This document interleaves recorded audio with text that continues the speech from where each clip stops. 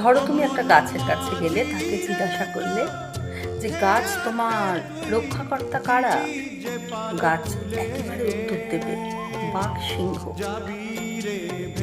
ধরো তুমি একটা গাছের কাছে গেলে এবং গাছকে জিজ্ঞেস করলে যে গাছ তোমার বিনাশ করে কারা?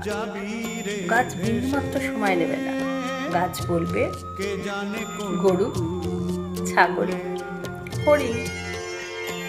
তাহলে গাছের রক্ষাকর্তা বনের সব থেকে হিংস্র প্রাণী, আর গাছের বিনাশকর্তা বনের সব থেকে নিরীহ প্রাণী। তো বন্ধু, এর থেকে কি বুঝলে বলো?